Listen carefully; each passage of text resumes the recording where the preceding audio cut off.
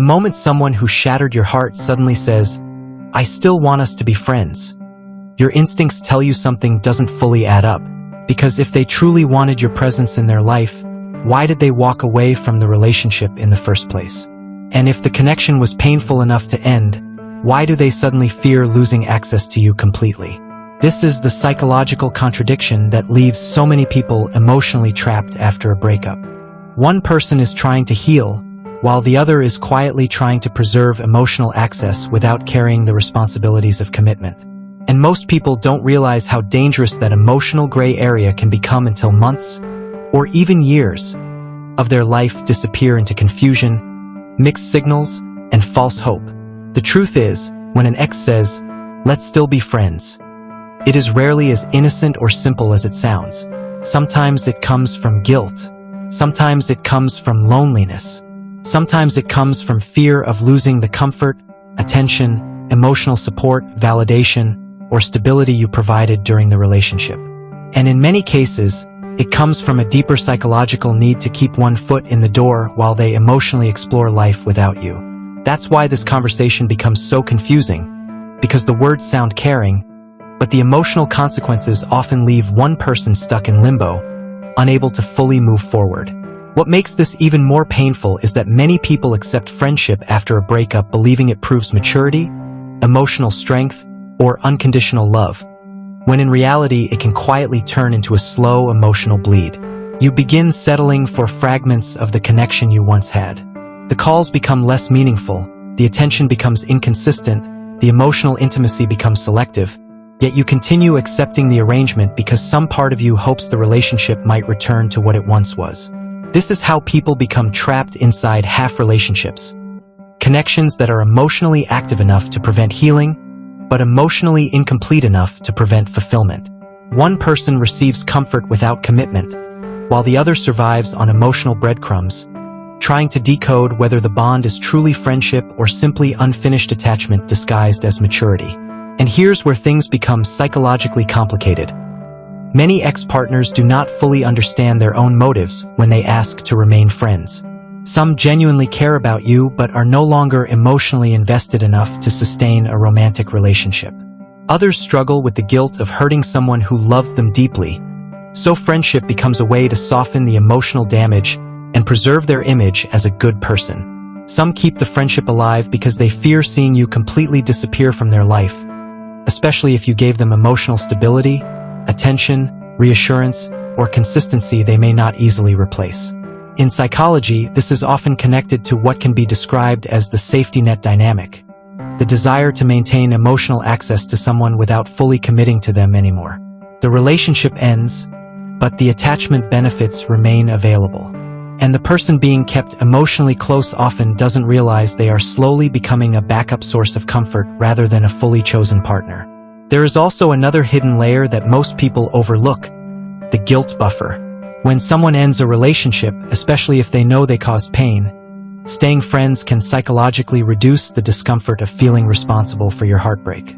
As long as you still answer their calls, respond to their messages, laugh at their jokes, or remain emotionally available, they can tell themselves the breakup wasn't that bad. Your continued presence becomes emotional evidence that they didn't truly lose you. And while they gradually move forward emotionally, you may still be emotionally tied to the version of the relationship that no longer exists. This imbalance creates one of the most emotionally exhausting dynamics imaginable. One person is adapting to freedom, while the other is trying to preserve connection. That is why so many people remain emotionally stuck after breakups they technically survived. Their body left the relationship, but their emotions never fully did. In this deep analysis, we are going to uncover the hidden psychology behind why ex-partners ask to remain friends, why so many people confuse emotional attachment with genuine friendship, and how these behavioral patterns keep people trapped between moving on and holding on.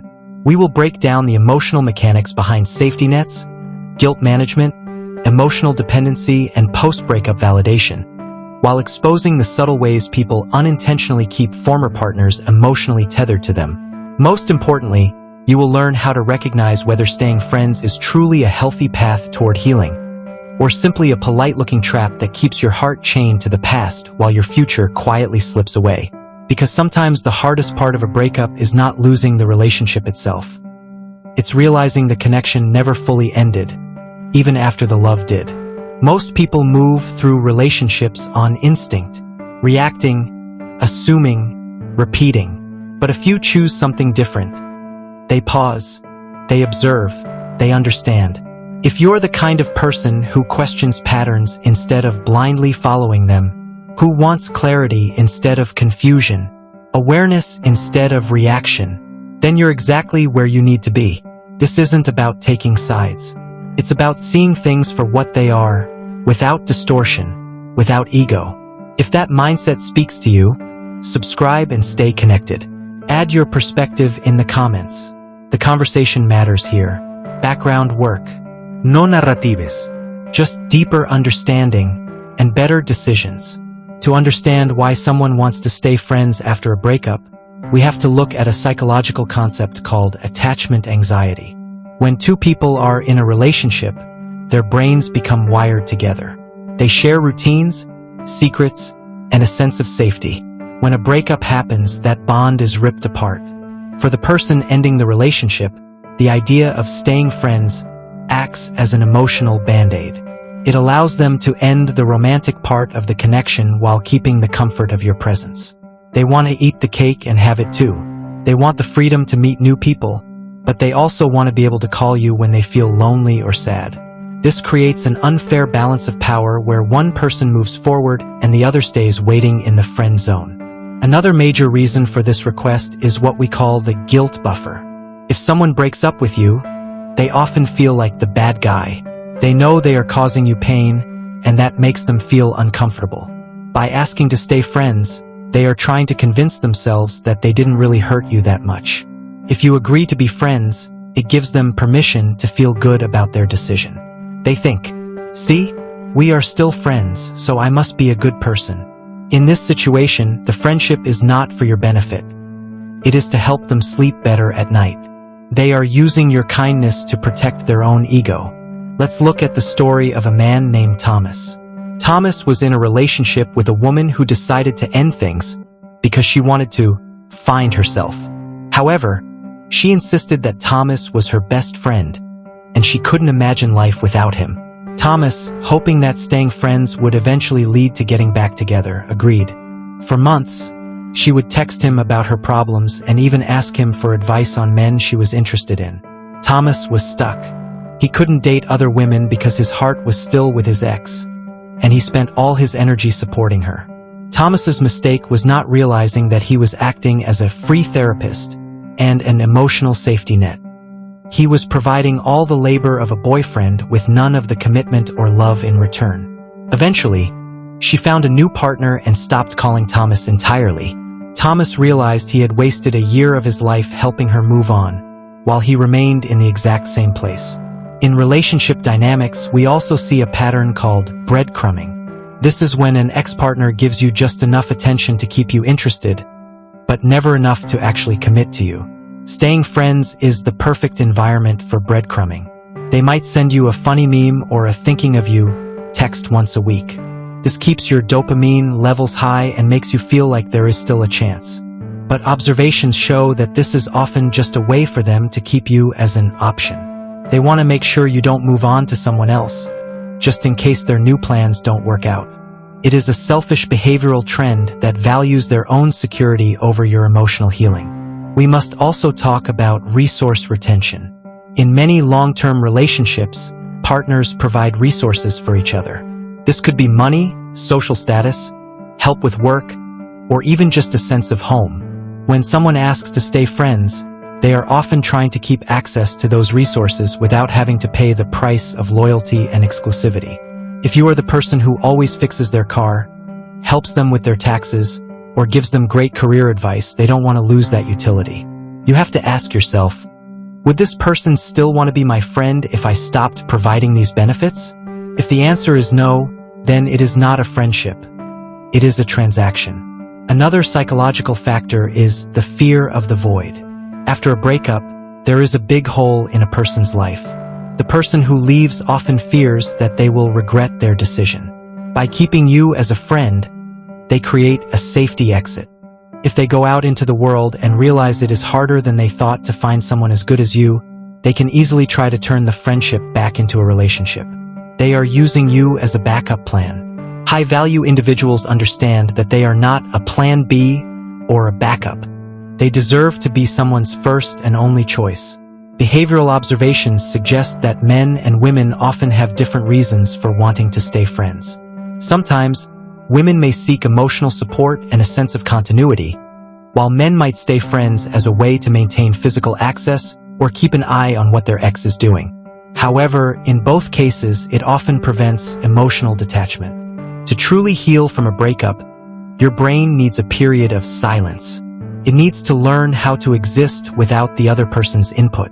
When you stay friends, you are keeping the wound open. Every time you see their name on your phone, your progress resets. You also have to consider the new partner factor.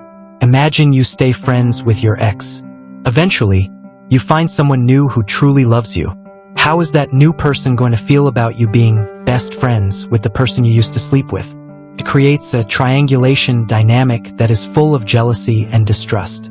Most healthy, high-value partners will not want to deal with the drama of an ex-partner who is still hanging around. By staying friends with your ex, you might actually be pushing away the person who is actually right for your future.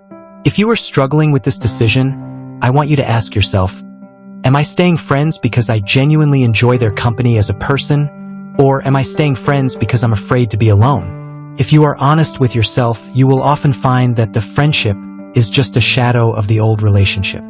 Feels empty and painful. You are trying to drink from a well that has gone dry. To protect your peace, you must be willing to walk into the unknown and trust that you will find new friends and new love who don't require you to settle for half measures. Choosing to go no contact is often the most loving thing you can do for yourself. It is not about being mean or hateful. It is about self-preservation. It is about giving yourself the space to breathe, to cry, and eventually to grow. When you stop being a friend to someone who didn't want to be your partner, you send a powerful message to your own subconscious. You are saying, I value myself too much to stay where I am not fully chosen. This self-respect is the foundation of all future success in your life and your relationships. We have analyzed the emotional traps that keep people tied to an ex-partner under the label of friendship. Most people think that staying friends shows maturity, but often it is just a way to avoid the sharp pain of a clean break. When you allow an ex to stay in your life immediately after a breakup, you are essentially allowing them to wean themselves off you. They use your support to get strong enough to finally leave for good, while you stay stuck in the same emotional place. To move forward, you must understand the deeper psychological shifts that happen when you finally choose yourself over a fake friendship. In psychology, there is a concept called the comparison level for alternatives. This is a way of saying that people stay in a situation as long as they think it is the best they can get. If your ex keeps you as a friend, they are using you to keep their comparison level high while they look for someone else. They have the security of your friendship, which makes them feel confident. But for you, the comparison level is low because you are not meeting anyone new. You are too busy looking backward. To break this, you must remove yourself from the equation entirely. When you are no longer available as a friend, your ex is forced to face the true cost of their decision to leave. If this is hitting, it's because you're not here for noise. You're here to understand. Most people react. Few people step back and actually think. This space is for those who question before they conclude and look deeper instead of louder.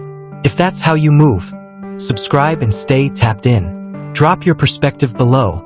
That's where the real conversations happen. Clarity over confusion. Awareness over assumption. Now let's go deeper.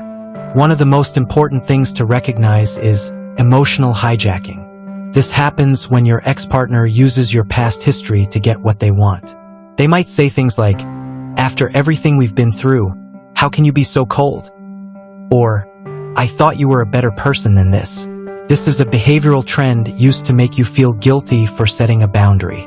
A high-value person understands that no contact is not being cold. It is being honest. It is honest to admit that you cannot be just friends with someone you still love. By trying to force a friendship, your ex is actually being the one who is disrespectful of your feelings. Let's look at the story of a woman named Alice. Alice was brokenhearted when her boyfriend of 3 years ended things. He told her he still wanted to be in her life and suggested they take it slow as friends. For a while, Alice agreed, but she noticed that every time she started to feel better, he would text her something emotional to pull her back in. He was using her as a backup whenever he felt lonely. Alice finally realized that this friendship was preventing her from growing. She decided to tell him that she needed a long period of silence to heal. She blocked his number and focused on her own life.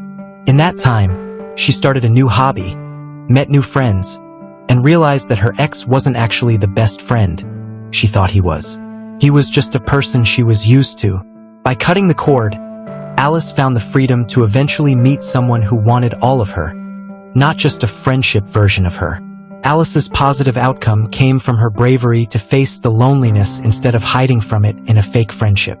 We must also discuss the ego stroke. Many times, an ex-partner wants to stay friends because they enjoy the power of knowing you still want them. If they can call you and you answer, if they can cry to you and you listen, it makes them feel important. It confirms that they are still above you in the social hierarchy of the relationship. This is a very common behavioral observation. When you finally stop answering and stop being a friend, you take that power back. You send a clear signal that your time and your energy are now reserved for people who are 100% committed to you. Another psychological factor is the transition period. Breaking up is like a physical withdrawal from a drug. Your brain is used to a daily dose of that person. Staying friends is like a drug addict trying to take just a little bit of the drug to feel normal. But this only makes the addiction last longer. The only way to get the drug out of your system is to stop completely. It will be very hard for the first few weeks, but eventually, your brain will rewire itself. You will start to find joy in other things. You will wake up one day and realize you haven't thought about your ex in hours. That is the beginning of true freedom. In relationship dynamics, we also see the social media trap. When you stay friends, you usually stay connected on social media. This is a form of digital tethering. You see them living their life, going out, and maybe meeting new people. This is passive torture. You are watching a movie of their life that you are no longer a part of. To heal, you must disconnect digitally as well.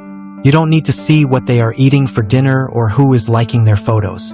You need to focus on your own screen, your own life. Observations of human behavior suggest that true friendship after a breakup is only possible after a very long time has passed, often years. It can only happen when both people have completely lost all romantic feelings and have moved on to new lives. If the breakup is fresh, a friendship is almost always a lie. It is a way to avoid the grief of the loss. But grief is necessary. Grief is the price we pay for love, and you must pay that price if you want to be free to love again. If you are feeling pressure to be a friend, remember that you do not owe your ex-partner anything after the relationship ends. You do not owe them your support, your time, or your kindness. Your only debt is to yourself. You owe it to yourself to be healthy, to be happy, and to be whole. If staying friends makes you feel small, anxious, or stuck, then it is a bad deal.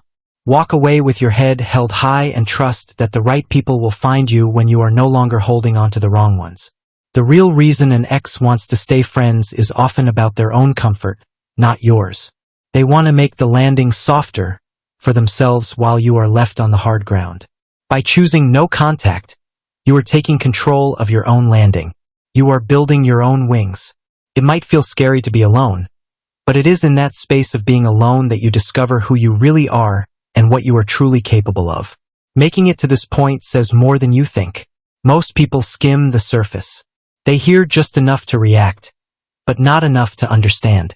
You stayed, which means you're willing to sit with ideas, to question patterns, and to see things more clearly than most. That's where real growth begins. If this perspective gave you something to think about, stay connected. Subscribe, and be part of a space where we don't rush to judge. We learn to understand. Leave your thoughts below. Not to argue, but to add depth to the conversation. Keep sharpening your awareness. I'll meet you in the next one.